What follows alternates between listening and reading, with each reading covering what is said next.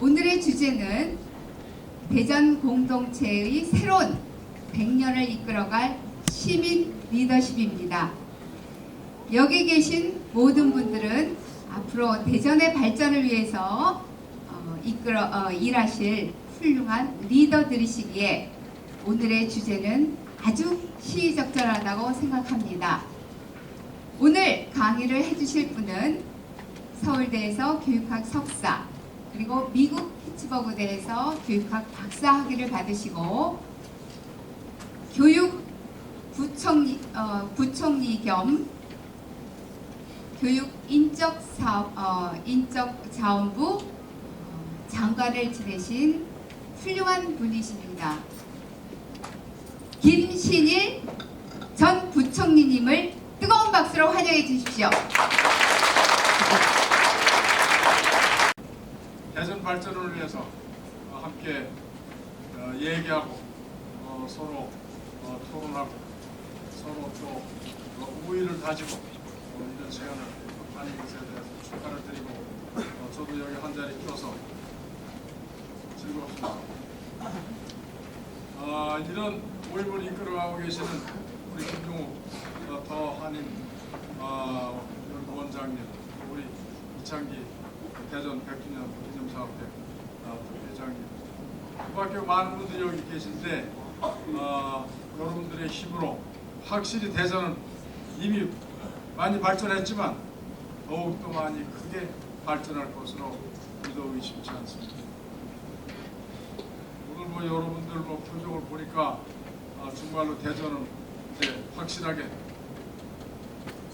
우리나라를 아주 앞장서서 이끌어갈 그런 도시로 지금 잘 커나가고 있는 걸 볼 수가 있습니다. 대전 하다 보면 왜 하필 한 지역만 가지고 얘기를 하느냐 이렇게 반문을 할 수가 있지만 이 시대는 확실히 지역이 중심인 시대입니다. 우리가 다 알다시피 지난 19세기, 20세기는 인류가 산업화를 통해서 그리고 국민국가 형성을 통해서 발전을 해왔습니다. 산업국가는 우리가 알다시피 많은 기술 인력을 확보해야 되고 또 산업을 확실하게 발전시키기 위해서는 여기저기에서 많은 자원을 가져와야 되고 그리고 대량 생산이 필요하고 그러므로 자연히 또 대량 소비가 필요하고 그러한 시대였죠. 그렇기 때문에 그것은 그 이전같이 동네별로 지역별로 오손도손 살면서 그 지역에서 나는 생산물을 가지고 서로 소비하고 나누고 그러는 방식으로는 만들어갈 수가 없는 것이죠. 자연히 지역의 특성이 무시되고 지역 중심이 아니라 국가 전체의 관점에서 경제를 이끌어가고 발전시키는 그러한 시대였죠. 뿐만이 아니라 정치적으로도 이제는 국민국가가 돼서 국가 단위로 사람들이 소속하고 국가 단위로 자기의 역할이 부여되고 그렇기 때문에 하나의 역사를 배우고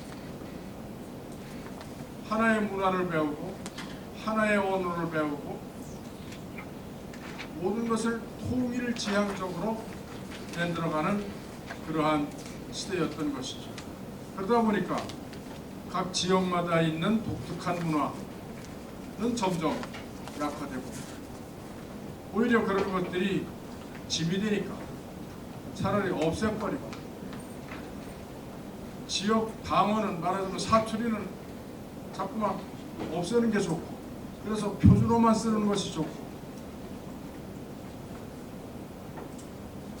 그래서 지역의 특성을 주장하는 사람은 마치 지역색을 내세우는 것처럼 보이고 그래서 사람들의 생활이 국가 전체로 흡수돼 버리는 이런 생활을 했습니다. 그것이 인류가 유럽과 미국을 중심으로 얘기한다면 한 200년을 그렇게 살아온 것이죠. 우리는 그보다 좀 늦게 시작했습니다. 우리는 개화기에 그런 걸 시작하고자 했지만 일본의 침략을 받아서 일본의 식민지가 되고, 그래서 일본은 일본의 식민지 경영의 필요에 따라서 우리나라를 또 그런 식으로 만들어 갔던 것이죠. 그래서 훨씬 빠르게 우리는 우리의 것들이 없어지고, 우리 지역의 특성뿐만이 아니라 우리 민족의 문화와 우리의 민족의 언어와 민족의 역사까지도 파괴되고 약화되는 그런 것을 경험을 했습니다. 그리고 해방을 맞이하고 난 뒤에 우리도 근대화를 하기 시작해서 특히 60년대, 70년대, 80년대 계속해서 서양이 밟았던 길을 밟았죠.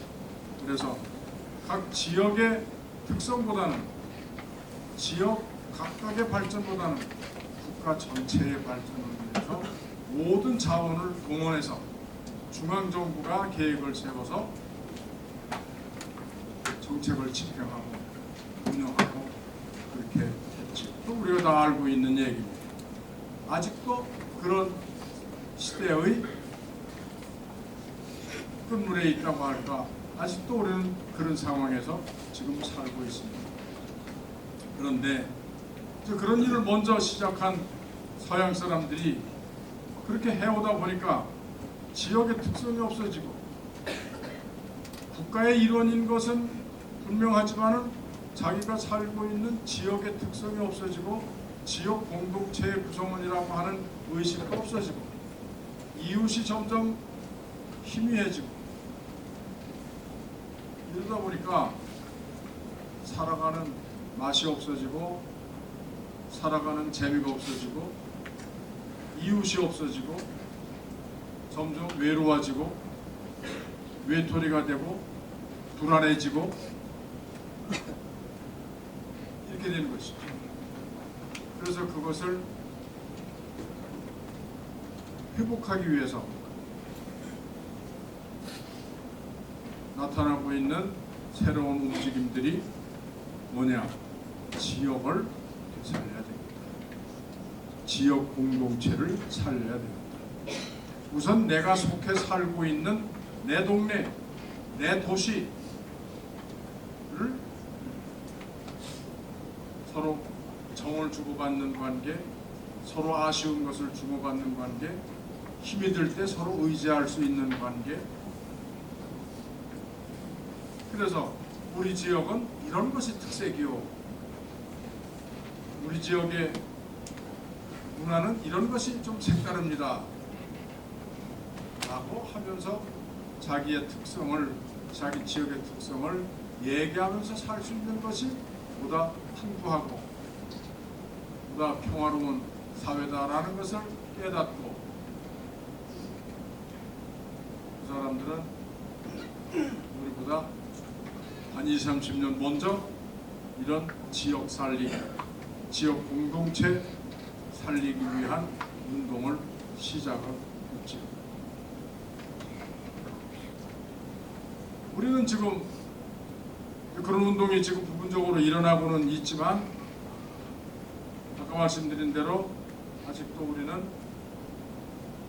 국가 전체를 발전시키고, 국가 전체의 입장에서 모든 것을 판단하고 결정하는 그런 것이 아직도 주도하고 있는 이런 상황인데, 그렇게 하다 보니까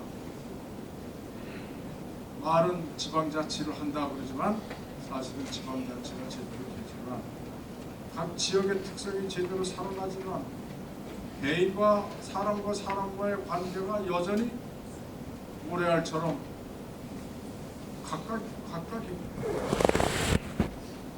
그래서 여전히 불안하고 여전히 외롭고 이런 것을 우리가 경험하고 있는 것이죠. 그러다 보니까 안타깝게도 자살률 세계에서 몇 등이라고요? 우리가 OECD 국가에서 몇 등이라고요? 인구 비율로 제일 많은 사람이 자살하는 게 대한민국. 자살하는 사람이 그냥 일상적으로 일어나니까 신문에도 나지 않고 텔레비에도 안 나오니까 누가 죽는지 아는지 모르죠. 그러나 통계 자료가 엄연히 우리에게 보여주는 것은 OECD 국가 가운데 자살하는 사람이 국민의 비율로 볼 때 가장 많은 나라가 대한민국. 자살까지 가지 않더라도 많은 사람들이 여전히 불안하고 외롭고 의지할 데 없고 한 것이 오늘의 상황입니다. 그러다 보니까 또 이런 조사도 있죠.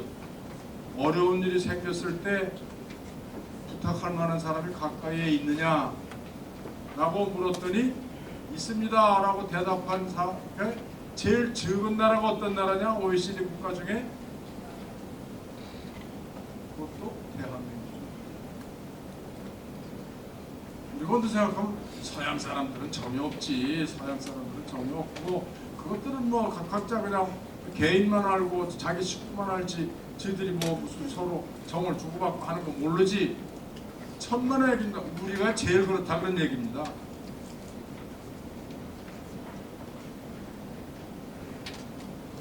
서양 친구들이 그런 걸 회복하기 위해서 지난 몇십 년 노력을 해오는 동안에 그래도 이웃을 회복했고 서로 주고받을 수 있는 그런 생활이 만들어지기 시작했고 어려운 일이 있을 때 부탁할 수 있는 사람이 주변에 여기저기 생겨났지만 우리는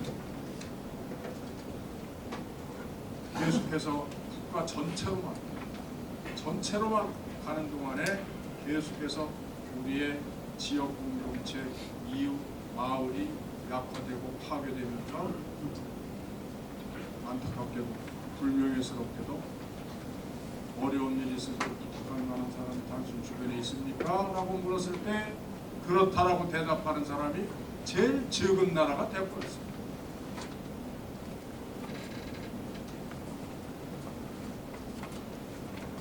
그런 점에서 우리도 지금 여기저기에서 지역을 살려야 되겠다. 또는 지방자치를 본격적으로 해야 되겠다. 이웃을 만들어야 되겠다. 이런 부분이 여기저기에서 일어나고 있는 것이죠.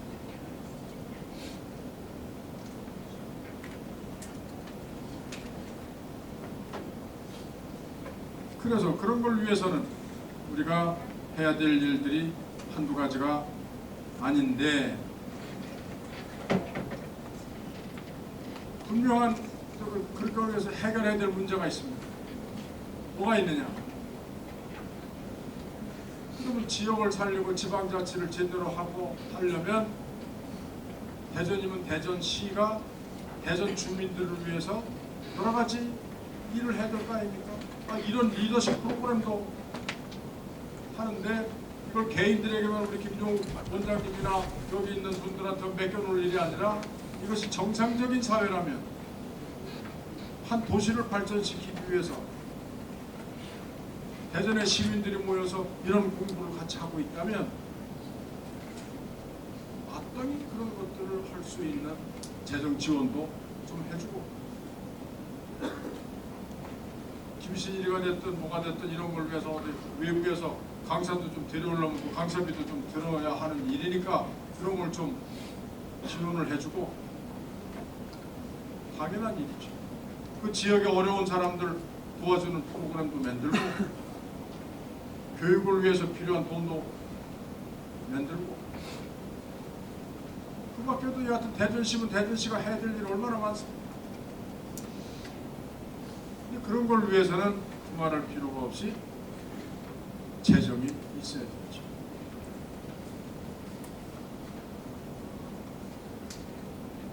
우리나라는 지금 전체로 볼 때 물론 지자체마다 이게 차이가 있습니다. 어떤 지자체는 좀 더 재정 자립도가 좀 높고 어떤 데는 더 낮고 이렇게 이제 차이가 있지만 전체를 놓고 평균으로 해서 보면 우리나라 전체 재정 지출이 국가 전체 중앙정부가 쓰는 재정하고 지방 정부들이 지방이 쓰는 재정하고 그 규모가 어떻게 되느냐 하면 대략 8대 2. 전체 재정의 10개 중에 8은 중앙정부가 쓰고 나머지 2를 가지고 수많은 지방들이 쓰는 거예요. 한마디로 중앙이 많은 돈을 가지고 움켜쥐고 쓰고 있고 지방은 돈이 별로 없습니다. 이걸 하려도 재정이 없고 저걸 하려도 재정이 없고 이걸 하려도 어렵고 저걸 하려도 어렵고 재정을 위한 제도는 우리의 조세제도가 국세가 있고 지방세가 있고 국세 중앙정부가 걷어가는 돈이 있고 국가가 전체를 숨겨서 걷어가는 돈이 있고 각 지방이 걷어서 쓰는 돈이 있고 국세가 대부분을 차지하고 있죠. 그렇기 때문에 국가가 받아간 돈 그래서 지방이 세금으로 받은 것만 가지고는 도저히 어떻게 할 수가 없으니까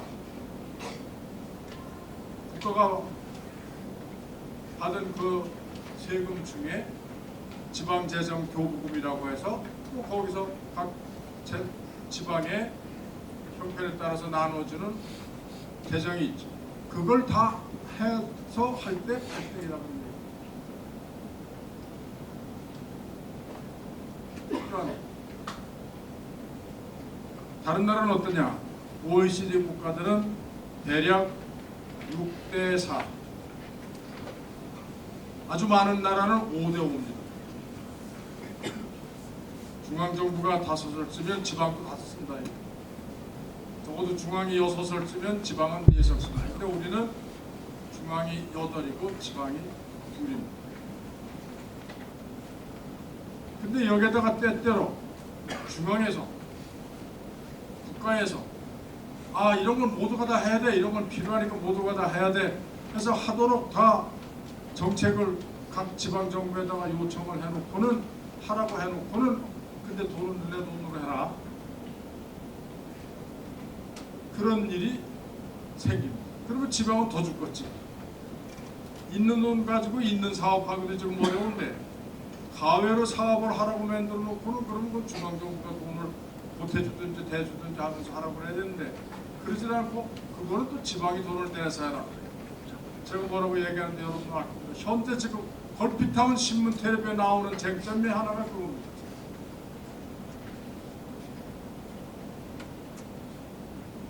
그러면서 때때로 또 지방이 하는 일에 대해서 중앙정부가 간섭을 합니다. 지방이 하는 일이 뭐 좀 너무 중복되는 거 아니야 이거?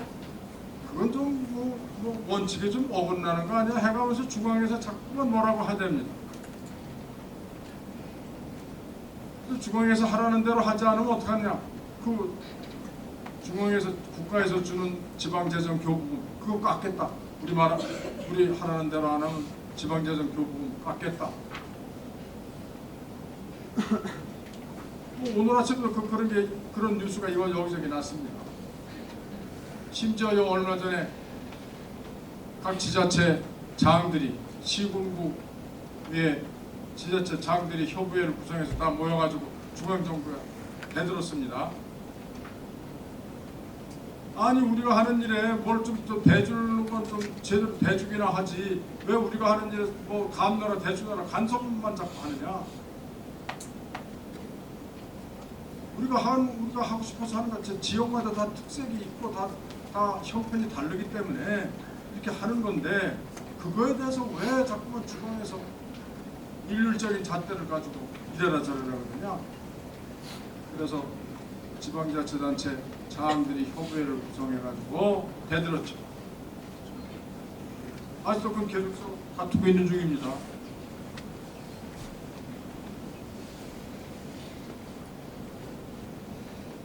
제가 이 얘기를 하는 이유는 지방자치단체 들고 일어나라 라고 제가 뭐 선동하자고 하는 얘기가 아니라 우리가 지역이 중심인 시대가 됐는데 그래서 지역의 주민들이 대전이면 대전의 시민들이 열심히 잘하고 잘 여러 가지를 만들고 행복하게 살고 그걸로 해서 각 지역마다 다 행복하면 나라 전체가 행복한 것인데 그렇게 하기 위해서는 큰 틀에서 재정의 구조 자체가 아직 우리는 문제가 있다라는 문제가 맞습니다.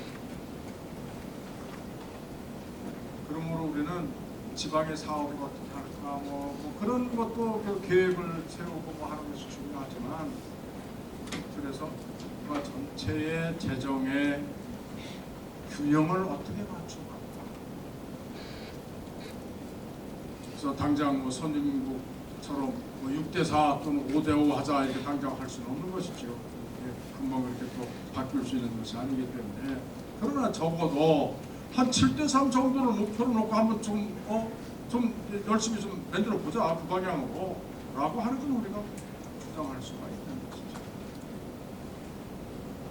재정적으로 그런 문제가 있을 뿐만이 아니라 뭐 바로 내년이 이제 총선이 돼서 요새 뭐 여기서 각 당에서 지금 그것 때문에 서로 다투고 뭐 이렇게 있지만 분명한 사실은 우리가 각 지역의 대표를 뽑는데 그 지역의 주민들로부터 누가 대표가 좋을까라고 만들어서 그 중에서 우리가 투표를 하는 것이 아니라 중앙에서 후보를 말하자면 공천을 해서 내려보내면 그 중에서 뽑는 거 아닙니까? 그러니까 주민들이 처음부터 자기네들의 대표를 선정해서 우리 대표로 내보내는 것이 아니라 중앙에서 후보들을 정해서 오면 그 중에서 우리가 하는 거니까 이게 주민들의 직접 선거라고는 하지만 따져놓고 보면 실질적으로는 절반쯤인 거죠. 본격적인 게 아니고. 그래서 요새 하는 말은 뭐 프라이머리 이걸 하자 뭐 한다든지 또는 국민 경선제를 하자 한다든지 뭐 여러 가지 얘기가 나오는 이유는 주민들이 직접 영향을 발휘할 수 있는 실질적인 주민들의 의사가 반영될 수 있는 이런 것을 만들자. 그것이 여기저기서 나오는 겁니다. 그래서 우리가 지금 지역을 살리고 지역을 제대로 만들어 가기 위한 노력을 하고 있는데 여기에서 그런 큰 틀의 변화가 필요한 것도 우리가 의식을 하고 그런 것들에 대해서 우리가 계속 주장도 하고 방향으로 이걸 만들어 가도록 노력할 필요가 있다 하는 얘기입니다. 이러한 상황에서 볼 때 대전이 더 한힘 아카데미를 만들었어요. 저는 참 더 한힘 그랬는데 뭔가 생각이 안 풀리더라고요. 이게 한은 대전이니까 무슨 크다 뭐 하나다가 저 한바도 이렇게 쓰는 게 있는 건 아니까 근데 더 세게 하자고 그런 건가? 그랬더니 와서 보니까 그게 말하자면 영어에 정관사로 썼다 이런 말씀입니다. 그런 거죠. 그래서 고유명사해서 한힘 아카데미 더 한힘 아카데미 이런 얘기죠. 예, 잠깐 뭐 좋습니다. 더 한힘 리더십 아카데미 좋습니다. 그래서 이런 걸 만들어서 이렇게 하니까 이야 이분들이 바로 지금 우리가 얘기하고 있는 걸 해결할 분들이구나. 그러기 위해서는 힘을 힘을 만들어야지. 힘이 저절로 나옵니까? 뭐 아력 엮기만 하는 것도 중요하지. 건강도 해야 되지만은 그러나 역시 알아야 되니까. 알기 위해서 같이 공부해야 되고 또 뜻을 모아야 되니까 그러기 위해서는 모여야 되고 그래서 서로 친하고 그래서 아까 원장님께서 우선 옆에 사람 인사부터 시키는 뜻을 제가 알겠습니다. 친해야 된다 이거예요. 친해. 그래야 힘이 된다. 하나 가지고 힘이 안 된다. 합쳐야 된다 이 말씀 맞습니다. 그러기 위해서 여러분들이 이렇게 모이셔서 정기적으로 공부도 하시고 여러분들의 뜻도 확인하시고 그렇게 하면서 지금 힘을 만들어가고 계신데 4,300명이나 된다면서요. 수료생이 대단하십니다. 여러분들 전체가 참 대단하십니다. 여러분 크게 한번 박수 한번 칩시다. 정말 대단하십니다. 이거야말로 진짜 큰 힘입니다. 큰 힘. 그래서 여러분들이 결국은 이제 어떻게 하느냐에 딸렸습니다. 대전이 어떻게 될 것인지. 저절로 되는 게 아니잖아요. 여전히 지금도 중앙에서 국가는 국가대로 모든 걸 그 입장에서 하려고 다 여러 가지를 계속하고 있습니다. 해오던 일이니까 그런 방식에 대해서 많이 아주 익숙해져 있습니다. 기술도 많이 있습니다. 수법도 여러 가지가 많이 있습니다. 지역은 그런 점에서 아주 수법이 시원치 않고 사실 의지도 좀 약하고 잘 모이지도 좀 어렵고 불리합니다. 게임으로 친다면 좀 불리합니다. 이 불리한 것을 치고 나가서 이기려면 역시 강해지는 수밖에 없고 그걸로 정말로 한 힘 여러분들이 잘하고 있습니다. 여러분들이 다 이제 그쵸 리더로서 대전의 리더로서 대전의 앞날을 책임지고 가시고 그 힘으로 한국을 발전시키기 위한 여러분들이 사명을 다해 가실 것입니다. 그 리더들이 필요한 것들을 여러분들이 이제 교육을 통해서 수없이 많이 공부하시고 토론도 하시고 이렇게 하니까 더 갖다 붙일 것이었지만 오늘 저는 두 가지만 좀 강조해서 말씀을 드리고자 합니다. 오늘 제가 강조하고자 하는 리더의 두 가지 요건은 하나는 실패를 활용하자라는 겁니다. 실패가 굉장히 가치 있는 것이다. 실패는 무용지물이 아니라 실패는 없애야 될 것이 아니라 실패는 굉장히 소중한 것이다. 그게 하나고 다른 하나는 다양성이 중요하다. 그 다양성을 포용하는 것이 리더의 아주 중요한 요건이다. 그 두 가지를 말씀드리려고 합니다.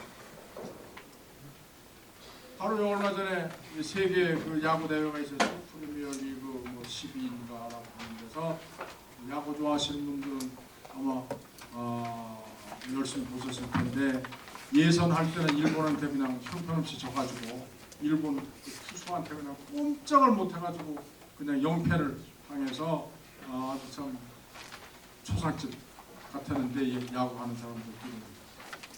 그런데 본격적인 결승 토너먼트에 가서는 우리가 일본도 눌러버리고 미국도 그냥 딱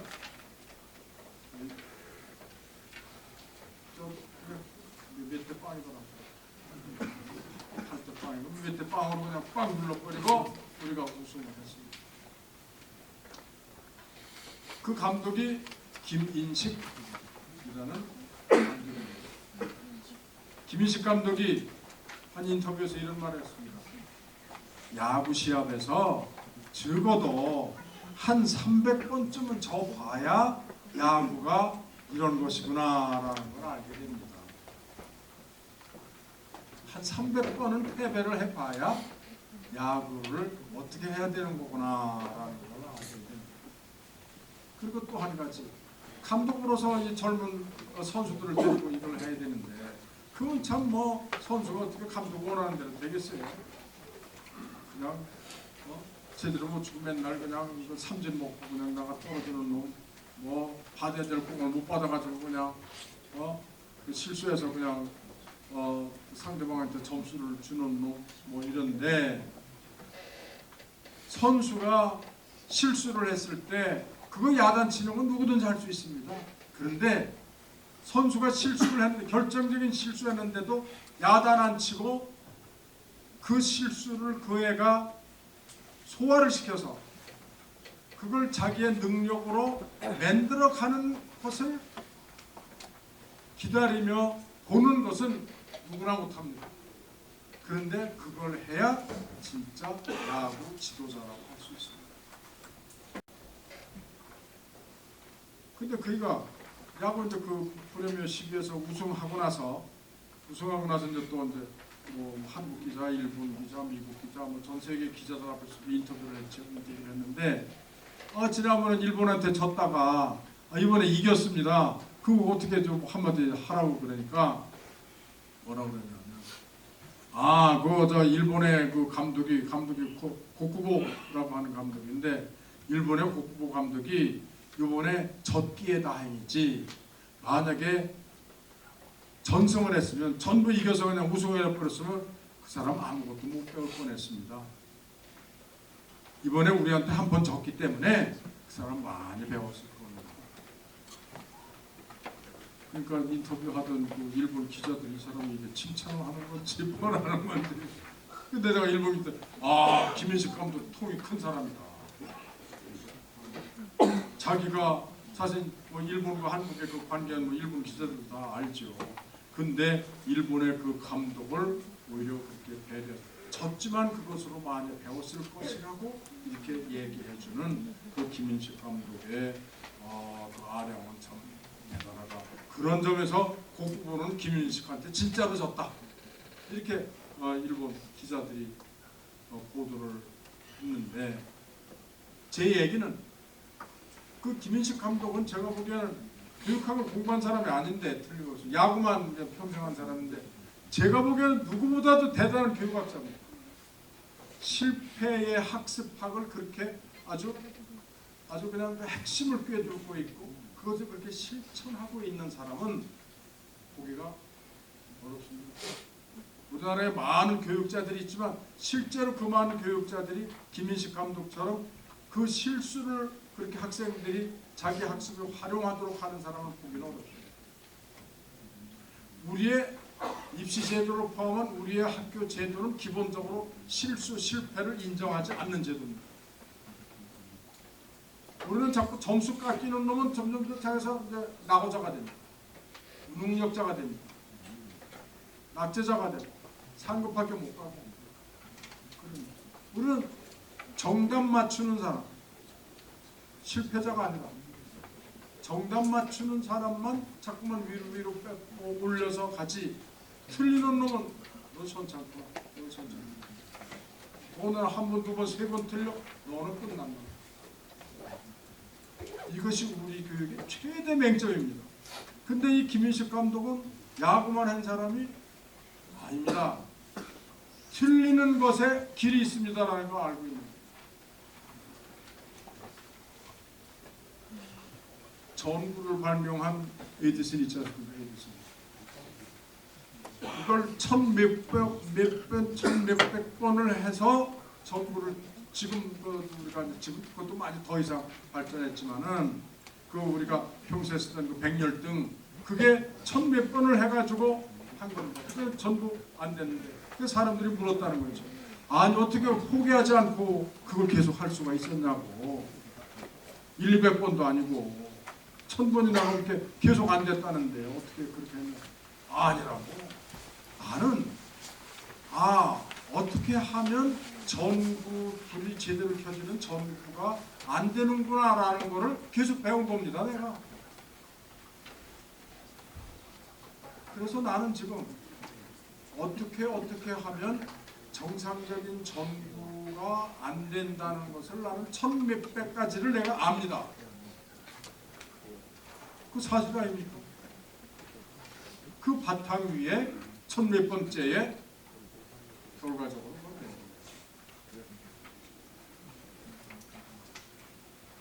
우리나라 같으면 안 됐다. 그럼 우리나라의 학교나 이런 거 같으면 안 됐죠. 어떻게 몇백 번을 맨날 틀려 몇백 번을 틀려. 근데도 그놈한테 기회를 주겠어요? 이것이 우리나라 애들이 미국이나 이렇게 서양에 가면 갔다가 부모 따라서 갔다가 처음에는 뭐 정복이 안 되니까 그냥 뭐 입이 번쩍해서 말고 형편없던 녀석이 가서 한 6개월, 1년 되면 익숙해지면 집 부모들 돌아온다고 그럴 때 이런들이 안 온다고 그랬죠. 왜 안 온다고 그랬어요?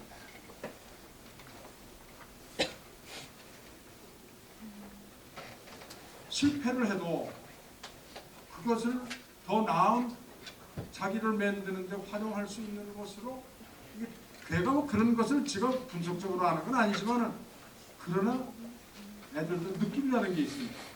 여기가 편하고 뭔가 여기에서 내가 존중받고 있고 여기에서 내가 계속 늘고 있구나, 내가 진보하고 있구나 라는 걸 애들이 느끼고 아니까 아이고 한국에 안 갈래요 이런 거지. 그런 점에서 우리가 이 지도자의 특성, 정말 더군다나 많은 사람들과 같이 일을 하기 위해서는 그들이 자기의 실패 때문에 실망하고 절망하고 좌절하도록 할 것이 아니라 그것을 하나 알았으니까, 그렇게 하면 안 된다는 걸 하나 알았으니까 다음 단계로 갈 수 있도록 부추겨주고 기다려주고 하는 것이 진짜 리더예요. 리더 자신도 자기의 실패에 대해서도 항상 자기의 실패를 스스로 자책하지 말고, 난 한 수 알았다. 내가 잘못했다는 거, 그것이 그렇게 하면 안 된다는 걸 내가 하나 아는 거니까. 그것이 우리에게 필요하다.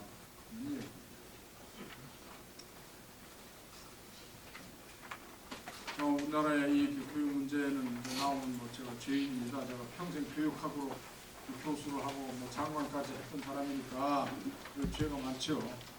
그래도 변명을 하자면 그걸 고쳐보려고 평생 제가 글 쓰고 강의하고 장관 돼서도 계속 대학하고 싸우고 한 이유가 어떻게 그걸 고쳐보려고. 애들 자꾸 틀리는 것만 가지고 하려고 그러지 말고 애들을 좀 틀린 놈도 그게 가능성이 있다는 것을 좀 인정하고 갑시다. 꼭 점수만 가지고 하지 맙시다라고 자꾸 떠들었던 이유가 저 나름대로는 저는 또 그런 철학이 있기 때문에 하는 것이고, 여하튼 우리 사회에서 지금 이 실패에 대한 새로운 것을 생각을 해야 됩니다. 실리콘밸리가 유명하다 그런데 거기가 무슨 전문가가 많아서 그렇습니까? 실리콘밸리에서 일하고 거기에서 성공했던 사람들은 성공을 한 것보다는 실패를 했는데 그것이 받아들여지더라라는 겁니다. 실리콘밸리의 진짜 장점은 거기는 창업을 해서 실패해도 곧 또 새로 할 수 있는 여건이 마련되더라고요. 그러니까 실패한 것이 바탕이 되죠. 그래서 고담할 때는 좀 낫지. 또 실패할 수 있어요. 그럼 세 번째 또 도전할 수 있죠. 그러나 첫 번째부터 다르지. 벌써 2번 실패한 경험을 가지고 자기는 하는 것입니다. 그러다 보니까 성공 확률이 높아지고 거기서 성공을 하니까 너도 나도 실리콘밸리 되는 것이죠. 그런 점에서 우리가 시설 만들어주고 만들어주고 한다고 해서 실리콘밸리가 되는 게 아니고 실패에 대해서 우리가 인정을 해주는 것이 필요합니다. 근데 우리는 어떻습니까? 창업하자 그러는데 창업하는 사람들한테 물어보면 뭐라고 합니까? 창업하면 안 돼. 자기 주변 사람들한테 그럽니다. 왜 그럽니까?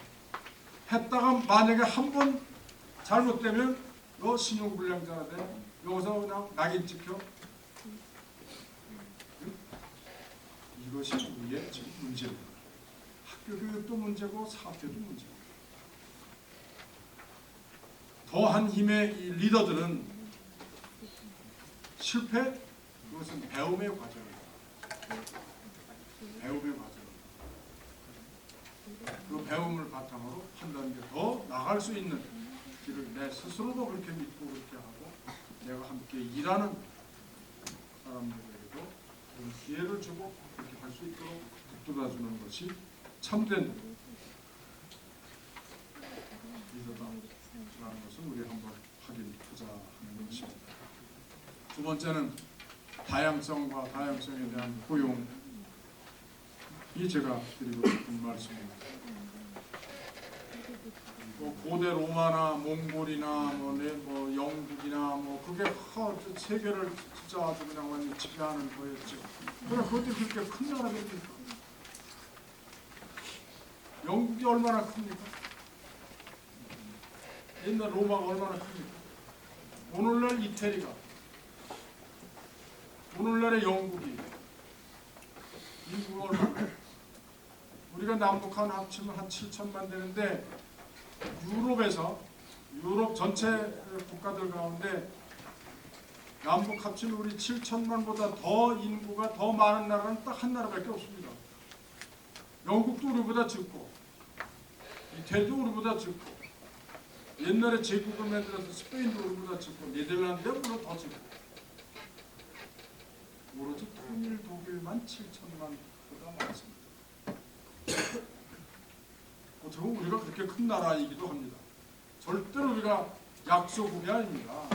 그래서 약하고 강한 거야. 그거는 또 힘이라니까 절대로 소국은 아니다라는 얘기입니다. 왜 우리가 맨날 중국하고만 비교합니까? 10m 뛰는 나라하고만 맨날 비교를 하니까 우리가 맨날 졌지. 그건 특별한 나라지. 그거는 왜 걷다가 우리가 비교할 데가 없어서 걷다가 맨날 비교해가지고 우리는 졌다 우리는 졌다. 왜 그럽니까? 그게 좀 웃기는 얘기 아닙니까? 얘기는 그렇게 제국을 만들었던 나라들이 작은 나라들인데도 그것들이 지배를 했습니다. 어떻게 지배했느냐? 역사학자 에이미 추어라는 이 학자가 제국의 미래라는 책을 썼는데 그 책에서 이 사람이 그런 나라들을 쭉 분석한 결과는 그렇게 작은 나라들이 세계를 지배할 수 있었던 것은 관용과 포용이었다. 그래서 몽골이 막 가서 어디를 점령하면 거기에 있는 그 문화, 그 제도를 그냥 쓰게 놔뒀다는 겁니다. 또 막 가서 또 어디를 또 정복하면 그 사람들의 문화, 그 사람들의 제도를 그냥 쓰게 놔뒀다는 겁니다. 그러니까 너희들끼리 잘해. 우리한테 덤비지만 말고. 너희들 잘해. 너희들한테도 좋은 거 많이 있네. 그래서 그런 것도 배우다가 본국에서 쓰고. 로마도 그런 거 아닙니까? 로마도. 지중해 연안에 있는 모든 그 나라들을 그 뿐을 더 훨씬 넓은 데를 다 정복해서 하면서 거기로 하여금 너네 하던 식으로 해. 좋아. 너네 하던 식으로 해. 괜찮은 건 로마에 갔다가 지들이 쓰고 사람도 괜찮은 거 갖다가 데려다 지들이 쓰고 그렇게 했기 때문에 힘으로 정복을 했지만 그들을 포용을 하면서 제국을 유지할 수 있었던 거죠. 그것이 에이미 추어라는 이 학자의 분석인데 그건 맞는 얘기 아니겠습니까? 그런 걸 아는 소위 선진국의 대학들은 학생들의 길을 또 그렇게 기르려고 노력을 합니다. 서로 다른 것을 받아들이고 다른 것을 인정하고 다른 것을 포용하는 사람이 진짜 리더다. 그렇게 하려니까 학생을 뽑을 때부터 그렇게 뽑습니다. 소위 유럽이나 미국의 그 선진국의 유명한 대학들은 학생들을 뽑을 때 학생 원칙이 뭐냐면 다양성입니다. 우리는 원칙이 뭡니까? 성적 순위. 0.01점이라도 높은 놈 뽑는다 이거죠. 그의 취미가 뭔지, 그의 희망이 뭔지, 그의 배경이 뭔지 이런 건 안 묻고 저건 0.01점이라도 높은 놈을 뽑는다. 그러니까 성적 좋은 애 뽑는 것이 우리의 원칙이고 우리 대학들이. 요새 이제 지금 잘 나가는 대학들은 그 생각을 합니다. 다양하게 뽑으려고 노력을 합니다. 그건 잘하는 일입니다. 더 그렇게 가야 됩니다. 근데 아직도 우리는 이렇게 성적 순위로 뽑으니까 학생들이 고등학교 때, 중학교 때 벌써 유치원부터도 성적 올리기 공부만 합니다. 여기에도 부모님들이 계시지만 부모님들은 또 어떡하겠어요. 학교가 그렇게 뽑으니까 애들한테 맨날 복가치는 거지. 점수 올려. 네 특징을 살려가 아니라 점수 올려 이렇게 되는 거지. 네 특징은 나중에 대학 가서 해. 대학 들어가고 나서 해. 그게 애들이 얼마나 고생스러워요. 그래서 제가 맨날 죄인입니다. 그 애들을 그렇게 하도록 어떻게 내가 못했으니 그러면서 장관이랍시고 이리 와서 부총리라고 이렇게 소개를 받을 때 참 저는 진짜 얼굴이 들리가 좀 그렇습니다. 그래서 그 미국이나 유럽의 그 대학들은 그래서 학생들을 다른 애들을 섞으려고 노력을 합니다. 그래서 가끔 신문에 나잖아요. 우리 제미 포코가 그 애가 미국 SAT에서 만점을 맞았는데 하버드 대학인지 어딘가 떨어졌다. 이게 말이 되냐?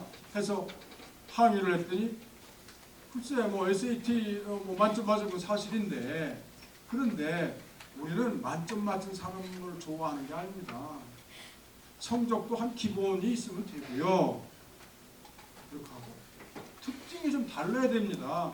우리는 각각 다른 종류의 애들을 섞어놓는 게 우리의 입시 정책입니다.